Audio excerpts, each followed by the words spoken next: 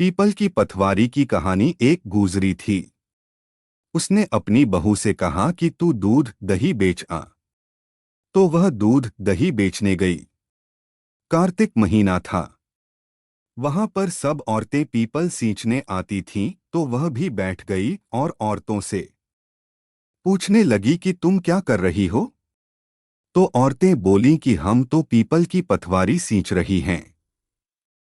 तो उसने पूछा, इससे क्या होता है। औरतों ने जवाब दिया कि इसके करने से अन्न धन मिलता है, वर्षों का बिछड़ा हुआ पति मिलता है। उस गुजरी ने कहा कि तुम तो पानी सींच रही हो, मैं दूध दही से सींचूंगी। उसकी सास रोज कहती कि तू दूध दही बेच कर पैसे ला कर दे। तो उसने कहा, जब कार्तिक का महीना पूरा हो जाएगा तब ला दूंगी। और कार्तिक का महीना पूरा हो गया। पूनम के दिन गुजरी पीपल पथवारी के पास धरना लेकर बैठ गई।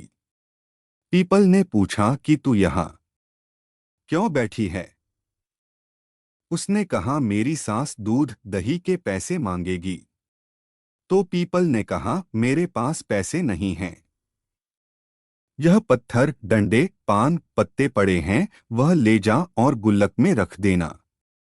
जब सास ने पूछा, पैसे लाई है। तो गुजरी ने कहा, मैंने पैसे गुल्लक में रखे हैं। तब सास ने गुल्लक खोल कर देखी तो सास देखती रह गई कि उसमें हीरे मोती जगमगा रहे हैं। पत्थर डंडे और पत्तों का धन हो गया। सास बोली कि बहू इतना पैसा कहाँ से लाई। तो बहू ने आकर देखा तो बहुत धन पड़ा है। तब गुजरी ने कहा, सासू जी, मैंने तो 1 महीना दूध दही से पीपल की पथवारी में सींचा था और मैंने उससे धन मांगा था तो उसने मुझे पत्थर डंडे पत्ते दिए थे जो मैंने गुल्लक में रख दिए थे, और वह हीरे मोती हो गए।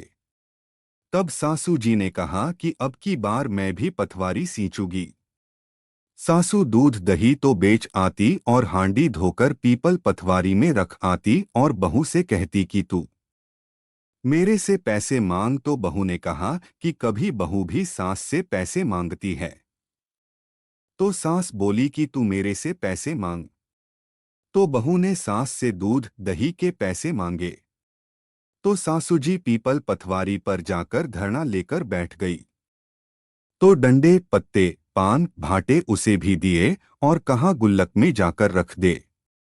फिर बहू ने खोलकर देखा तो उसमें कीड़े मकोड़े चल रहे थे। गुजरी ने सास से कहा, यह क्या है। तो सास देखकर बोली कि पीपल पथवारी ने तेरे को तो अन्न धन दिया और मुझे कीड़े मकोड़े दिए। तब सब बोले कि बहू तो सच से सींचती थी और सासूजी धन की भूख से सींचती थीं। इसलिए हे पथवारी माता, जैसे बहू को दिया वैसा सबको देना और सासूजी को दिया वैसा किसी को मत देना।